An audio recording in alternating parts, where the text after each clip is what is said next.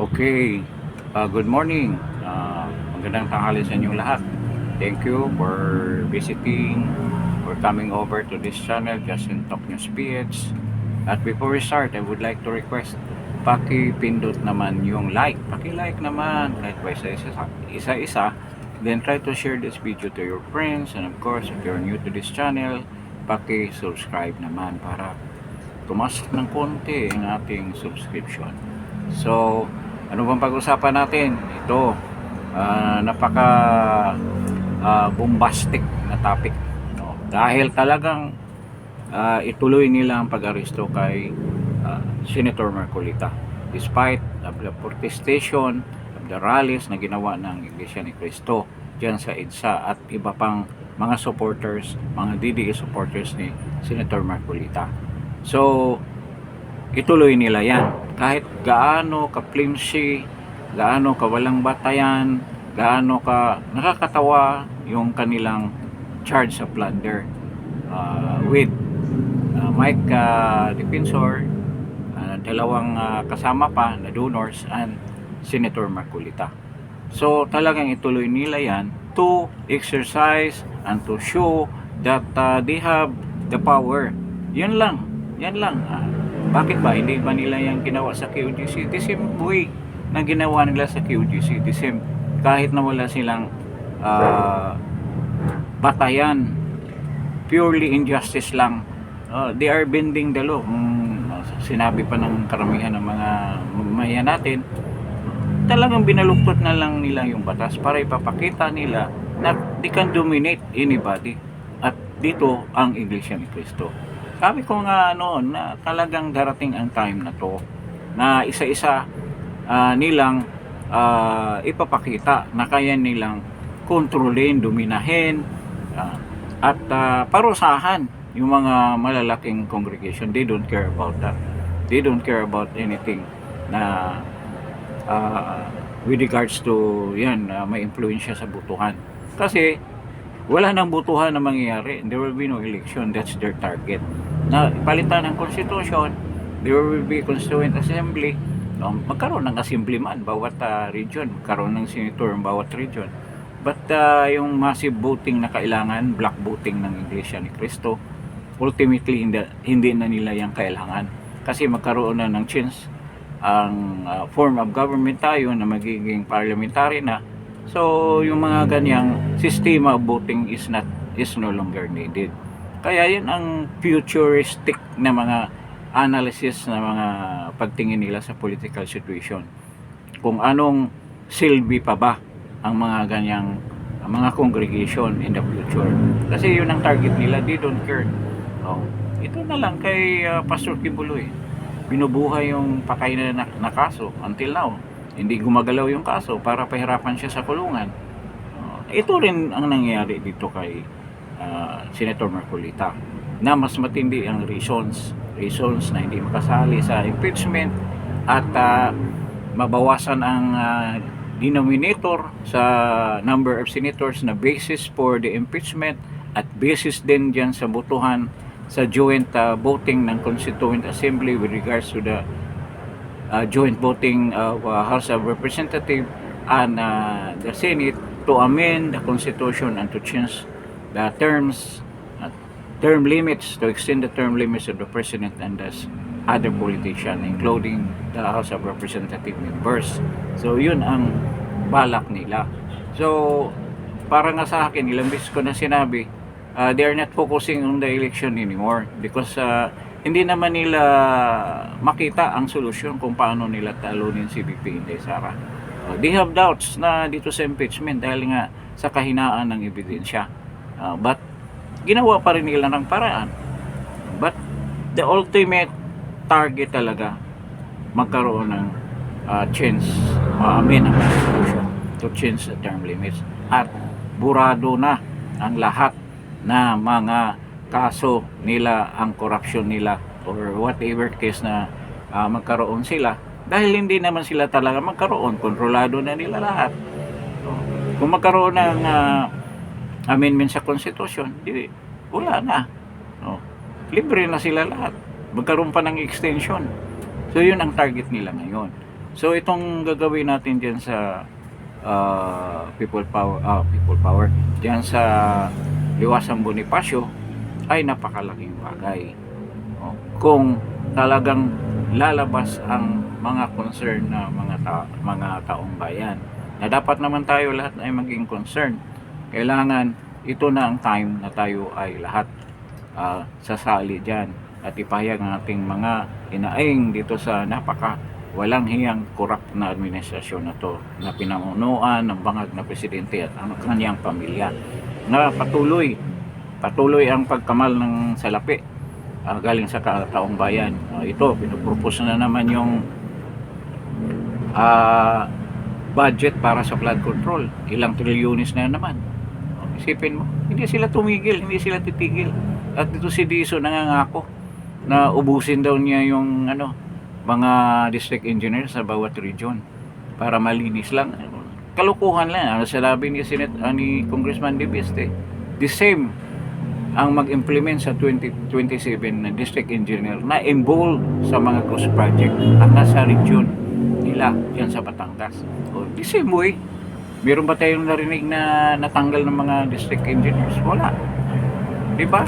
So the same way, ganyan pa rin ang mangyayari. Hindi na siguro malita yan, baka kahadihiro na ang ipapadala bawat ganyang kabigat. So nakikita natin na itong administrasyon na to, kung hindi talaga massive ang atin dyan sa rally na yan, walang mangyayari dyan. Matulad din ang nangyari dyan sa KOGC rallies kung hindi yan susuportahan ng maraming mga tao. So ito, hindi ko talaga maisip na hindi nila ituloy yung warrant kay Senator Marcolita. So ang gagawin nila dyan, mayroong mga scenarios. Scenario lang ito ha. So posibleng mangyari. Unang scenario, susuko si Senator Marcolita. Tulad ng ginawa ni Senator Jinggoy, samahan siya nila mga senators, sila lahat sasama sa kanya doon sa pag-surrender, kung saan man siya surrender, sa NBI ba o sa kapulisyan ba, doon siya susuko. So sasama yung mga senators na iba. So voluntary surrender yan. At this is not a billable offense dahil plunder, makukulong siya na hindi siya makalabas without bail yan. So ganyan ang unang senaryo. Pangalawang senaryo, sa Senado siya. So under the protective custody of the Senate, pero imposible mangyari dahil si Gatchalian majority ang Senate President. Hindi yan ang mga kalaban ni Senator Lacson, si Tito Soto at saka ito si Lacson na pinapangalanan ng mga 18 Marines na nakatanggap ng malita ay nandyan. So hindi yan siguro pupunta dyan. Hindi mangyari yan na protective custody. Or katulad sa nangyari ni Pastor Kibuloy. Mismo sa Central, diyan sa templo nila, diyan sa simbahan nila sa Tandang Sura, diyan siya magtatago, or protektahan ba siya ng mga kapwa member ng iglesia? Sa tingin ko hindi rin mangyari yan. Hindi yan payagan ni Senator Marcolita na mangyari. So isa lang ang talagang posible, susuko siya. At ito, hindi kaya it will draw flack from the members of the Iglesia ni Cristo. Sa tingin ko ibang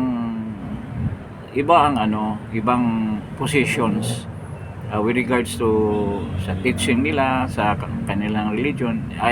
I'm not saying na may superior, may inferior.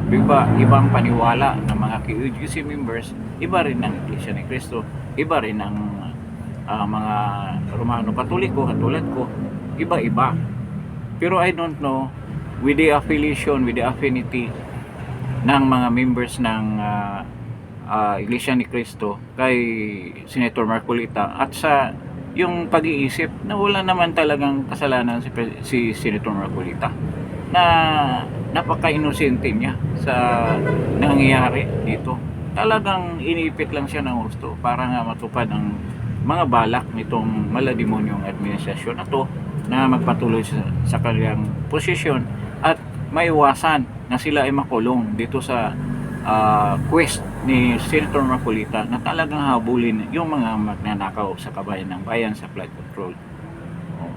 So, iba naman siguro ang reaksyon ng Iglesia ni Cristo. We don't know kung sa sobrang galit magre-react sila.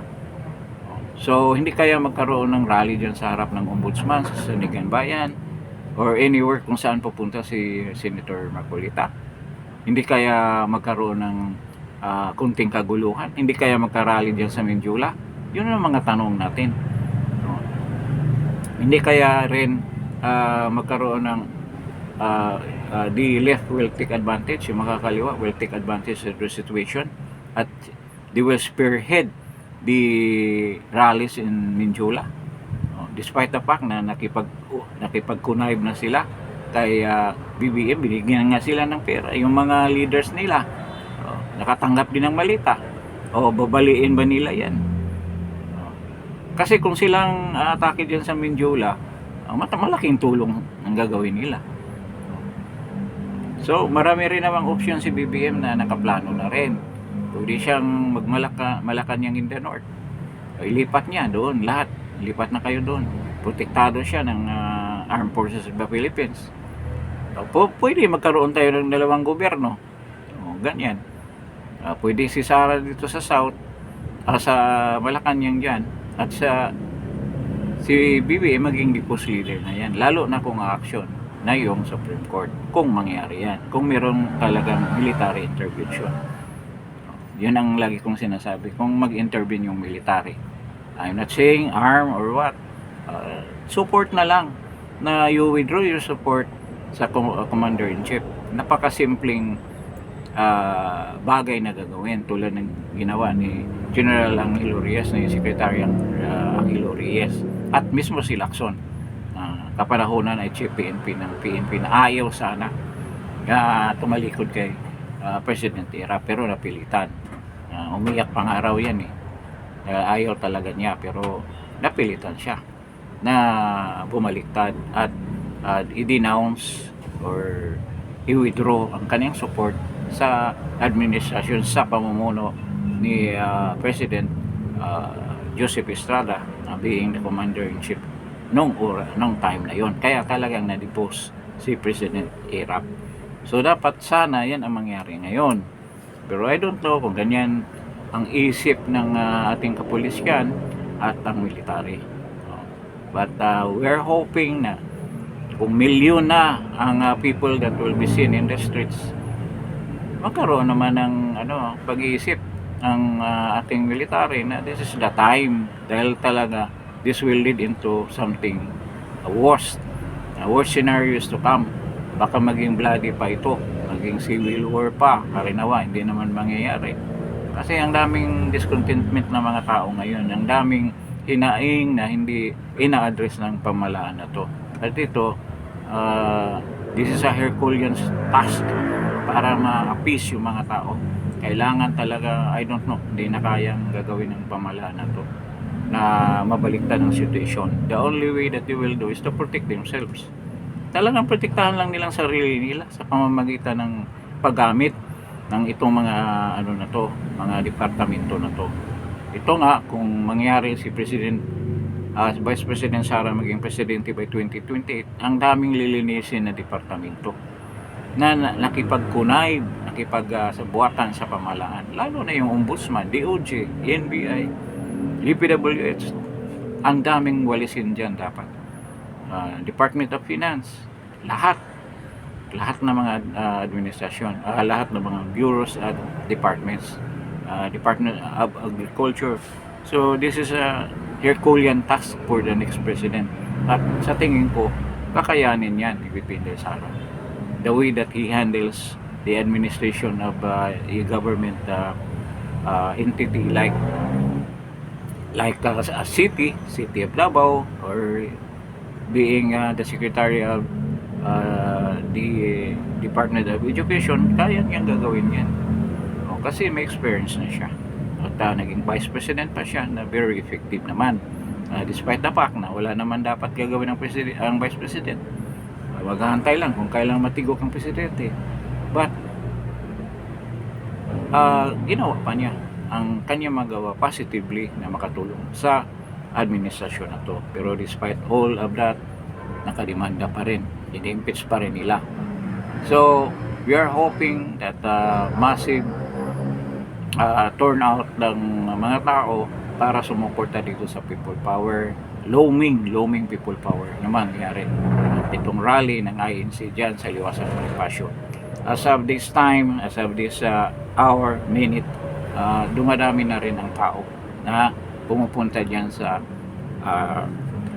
Liwasan Bonifacio. So we are hoping na ma-achieve natin ang ating target at itong pagpakulong nila kay Senator Marcolita is the main trigger for this event. So maraming salamat sa pakinig ninyo dito sa Justin Talk News page. But before leaving, pakipress naman yung like, then try to share this video to your friends, then also subscribe if you are new to this channel. So maraming salamat at God bless. Salamat po.